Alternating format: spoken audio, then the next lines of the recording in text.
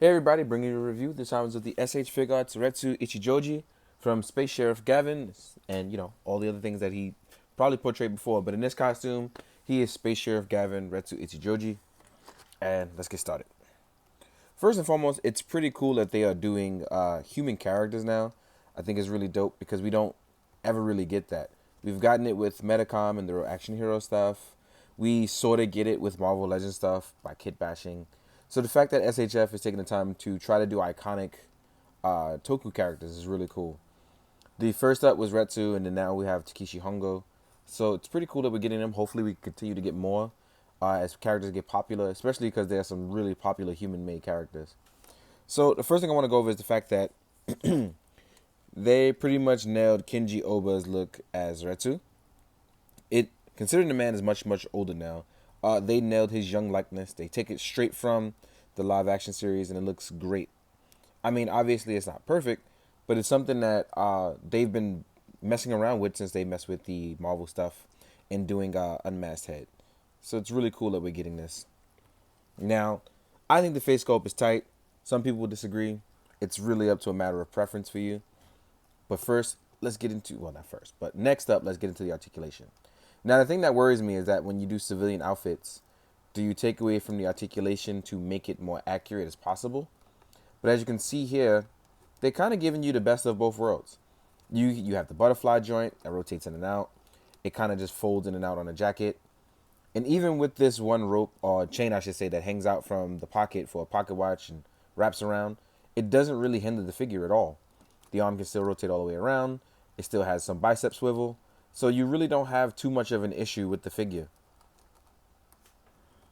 Now, as far as the ab crunch and the upper torso, it rotates left and right. It's in a three-piece section. So you have the lower waist, the mid waist, and the high piece. So there's actually articulation really in there. Not too big of a gap either. Rotates all the way through. So as you can see here, you can get the best of both worlds. Now, the legs is where it gets a little more complicated for me because I was thinking they would use the drop down method. So I tried pulling down. Not possible. So what you do is you gently pull down so that way it doesn't rub up against his pants. But the articulation here is actually really good. As you can see, it comes up about this high. He can still bend down, captures all the motions, and you can still rotate left and right. So you still can get really good poses out of Retsu. Even now, as you can see, you can still do battle poses and fight. You can even rotate the arms forward. You can even do this move right here. And it's going to be a little tough at first, but the more you mess with it, the more it's easier to do.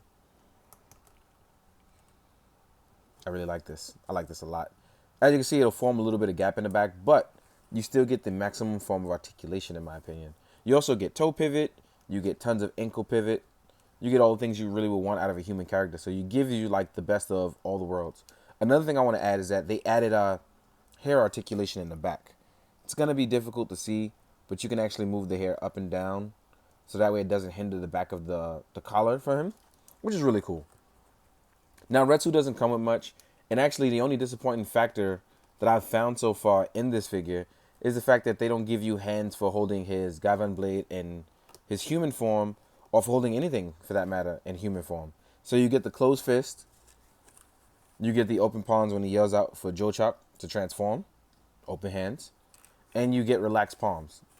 That's all they pretty much give you. You don't get any sort of form that will semblance of that with him holding his blade or any other weapon, or even hands to ride his rider. Oh, not rider machine, but his vehicle, I should say, the Cyberion. Now, the cool thing that they do give you though is for when he does henshin, they give you the electroplate clear piece, so you can look like you're henshin. So what's really cool about this is that it's really nice and it's really clear.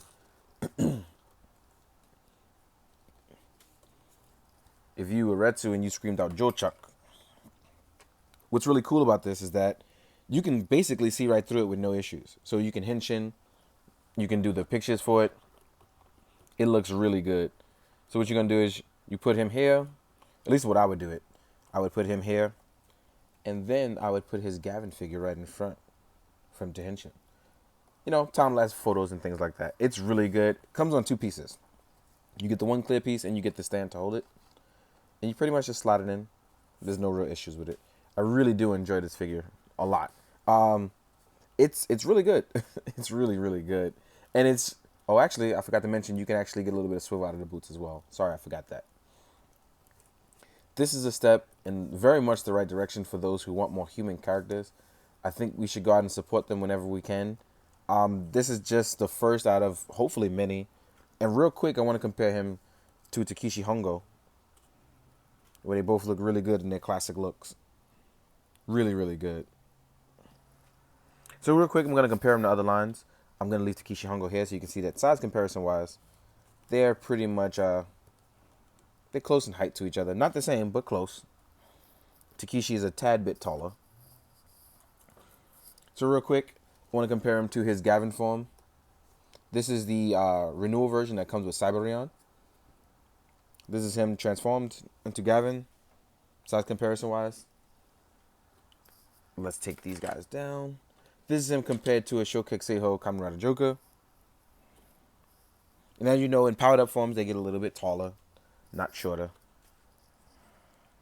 Next up, we're going to compare it to a Articulated Icons Ninja, because Kenji would fight ninjas, wouldn't he? Really good height. He's shorter, but still in a good scale enough to that it doesn't look crazy. Here he is next to a 1000 Toys synthetic carb. Here he is next to a Marvel Legends Electro. Now, in terms of comparing him to Marvel Legends, he's actually going to look tiny compared to them. This is an Electro. He's one of the smaller of the figures. So imagine what he looked like next to somebody like Crossbones, anything like that. Here he is next to a Mezco Punisher. And normally I don't even like comparing things to Mezco anymore because, I don't know, if you don't know by now, that Mezco is more comparably for the US market, not for the Japanese stuff. With the exception of a few things like the Revo stuff. As you can see, he towers over him. I'm really enjoying the figure. The only drawback from the figure so far, like I said, that it doesn't come with more hands for holding items or riding his machine. And the simple fact that he's web shop. So if you're not a big Gavan fan, this might not be for you. So just keep that in mind when you plan a purchase for things like that. In the meantime, hope you found this informative. I hope you enjoyed. Most of all, I hope you do good. Be good. Happy holidays, guys. Drink your water. Later.